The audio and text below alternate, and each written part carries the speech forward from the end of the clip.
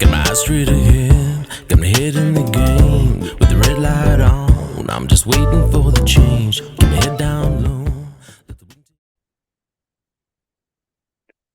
Hi, Jay Fallon. Thanks for listening to the Slippery Slope. So, before I talk about the article that I want to talk about, which is about free speech, free speech is being stolen, ripped right out from underneath us. If you're in Britain, well, I'm in Australia, obviously, but free speech is being taken away. The government is ripping it away, and it's just like it's the people are just allowing it to happen. Before I get into all that, I want to read this to you. This actually comes from Bible Hub. Oh, sorry, Got Questions. I've talked a few times about having a reprobate mind and what it actually means. So, because it talks about a reprobate mind in in Romans chapter 1. So having a reprobate mind, the phrase reprobate mind is found in Romans 1, verse 28, in reference to those whom God has rejected as godless and wicked.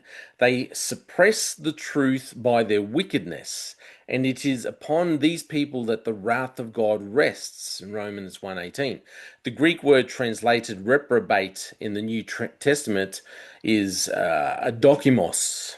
Probably haven't pronounced that properly. Sorry, Greeks. Which means literally unapproved. That is rejected by implication, worthless, literally or morally. So Paul goes on and describes two men named Janus and Jambres as those who resist the truth, men of corrupt minds, reprobate concerning the faith. So here, the reprobation is regarding the resistance to the truth because of corrupt minds. In Titus, Paul also refers to those whose works are reprobate. They profess that they know God, but in works they deny him, being abominable and disobedient, and unto every good work reprobate. Therefore, the reprobate mind is one that is corrupt and worthless. I'd also, when I was looking up what reprobate meant, and different meanings for the words or different synonyms and this kind of thing, it talked about having a lesser quality of a lesser quality. And I was thinking about this with people having a reprobate mind and with their ability to think and discern and make decisions, they have a lesser quality in their thinking.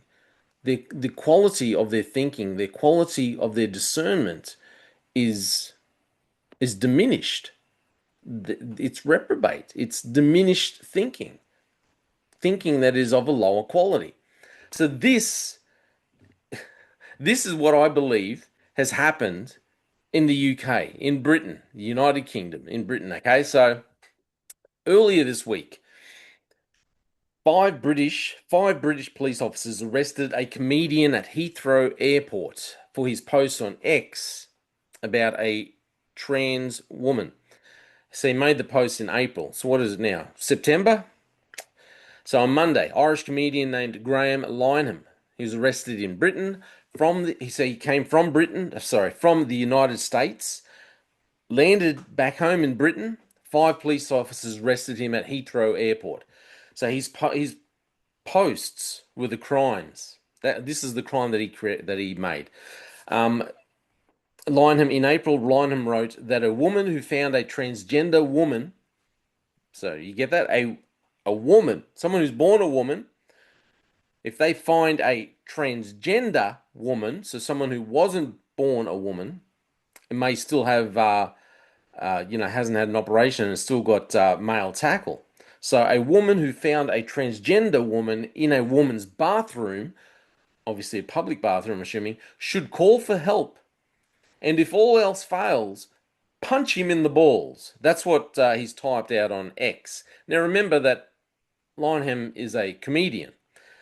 So you might think, okay, it's a bit of a whatever. It's it's a comedian's mind, I suppose. So British authorities investigated his crime and decided Linehan had broken the law. They obviously as a spokesman for the Metropolitan Police, the police department for London and its suburbs, they explained that Linehan was arrested on suspicion of inciting violence. This is in the relation to the post on X. Lineham's arrest has now sparked a backlash led by Harry Potter author J.K. Rowling, who has battled transgender activists for years. Yesterday, Rowling posted on X that the arrest was totalitarianism, utterly deplorable. Elon Musk quoted Rowling's post and added that Britain had become a police state. So that was J.K. Rowling, Harry Potter author. I'm just saying this because we have a Sir Mark Rowley, who's the commissioner of the Metropolitan Police. He said in a statement on Wednesday that the arrest was made within existing legislation, which, this is one of the issues I have with government, is that they just make up laws to suit themselves. I understand laws are changing and laws have to evolve with society in a way, but sometimes it feels like they're just making up laws they're just making up laws, or they're weaponizing laws. That's probably a better way to say it. It seems like they're just weaponizing the law and weaponizing police to attack their own citizens, not laws that actually benefit society as a whole. So he says, yeah. So they've made the arrest within existing legislation, which dictates that a threat to punch someone from a protected group, these are protected group. It's funny. So the women, if you're born a woman, that means you're not a protected group. If you're in a toilet, so if you're, I did that post the other day, the episode the other day about the female joggers. They're jogging along. They shouldn't have to have someone beeping a horn at them, because police will then go and talk to that person for beeping a horn, even though it's not a crime. That they're protected in that instance. But if that woman goes into a female toilet and then there's a someone in there who's whatever, um, then they're not protected because the other group is protected. They're protected when they're jogging and someone beeps a horn at them, but when they get into contact with this other group, well, then they're not the protected group. The other group's the protected group. Got it? So the British Prime Minister, did not criticise the arrest, only saying that it was an operational matter for the police. Amazingly, Rowley, not Rowling, Rowley appears to be correct. Linehan's comment may well have been criminal based on Britain's 2023 Online Safety Act law. The law criminalises threats of serious injury, even if the person who posted or sent a message doesn't mean them seriously, as long as the sender has recklessly written something that someone encountering the message will fear. Making matters worse, even the person who saw the threat and supposedly fears it doesn't have to think that the person intends to follow through on it. If anyone might carry it out, the sender may be guilty of threatening communications. Did you get all that? So you see a threat, a person sees a threat, you supposedly fear it. You don't have to think that that threat is actually, or that the person who posted it intends to actually follow it through. You just have to think that maybe someone might carry it out. Well, then the person who put the threat up, they're guilty. To violate the act, Linehan didn't have to threaten to punch any specific transgender person. He didn't even have to write that he himself planned to punch anyone. He simply had to recklessly write something that might lead a transgender woman to fear being punched in the testicles by someone somewhere. So you got up here in Section 181 of this Act, threatening communications offence. This offence in subsection 36. This offence criminalises instances where a person who sends a message conveying a threat of death, serious injury, rape, assault by penetration, or serious financial loss, and intends that, or is reckless as to whether someone encountering the message will fear the threat will be carried out, fearing it may be carried out.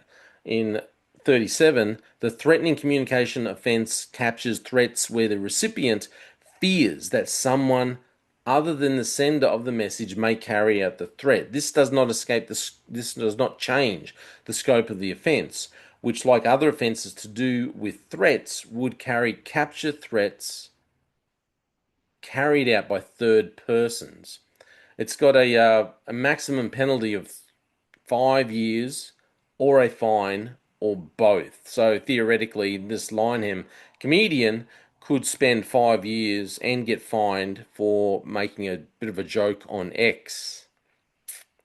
Rowley, the commissioner, he did call for the law to be changed and said police will be putting in place a more stringent triaging process to make sure only the most serious cases are taken forward in the future, where there is a clear risk of harm or danger. But unless the Prime Minister and government act, the law will remain on the books. And just because he's said, he's called for the law to be changed, personally, I think he's probably just said that just to help smooth the waters over. Like I said, reprobate mind. I believe this is what all of our nations at the moment are suffering from. The UK and Australia specifically. The UK, Australia, France, all these Western societies.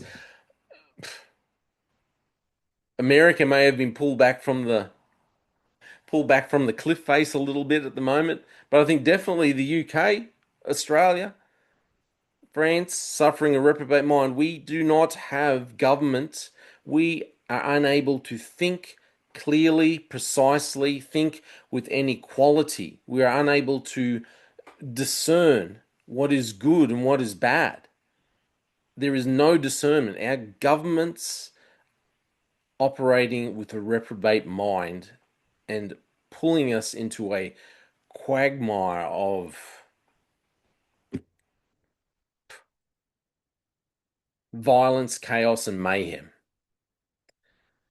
This is dangerous, and don't be surprised if this comes to a nation near you in the near future. My name is Jade Fallon. We can see free speech is being stolen from us. Remember, the UK arrests people also for thinking prayer if you're standing near an abortion clinic and you're not saying anything, you're just standing there and you're thinking a prayer in your mind. If a police officer comes and asks you and you're a Christian, you'll say, "Yeah, I am actually praying in your mind." People have been arrested and charged and have to fight that in court. That's not a joke. People are being arrested for thinking prayer. People are being arrested for putting a silly joke on X. No free speech. People are getting spoken to because they beep the horn when they see what they think is an attractive lady jogging. I wonder if they do the same thing if it's a bloke. If it was a bloke jogging and the man and a woman beeps the horn. Because I mean, I've seen that happen. Anyway, so expect free speech to be disappearing in a country near you. This is my opinion. Let me know what you think. Reprobate mind, in my opinion. This is what's happening. This is what happens when you worship the created rather than the creator. You just turn your back on God and you embrace everything sensual, sexual, every kind of lust and depravity that you can think of. This is what happens. That's my opinion. My name is Jay Fallon. Thanks for listening to The Slippery Slope. They just fuel a desire that will take me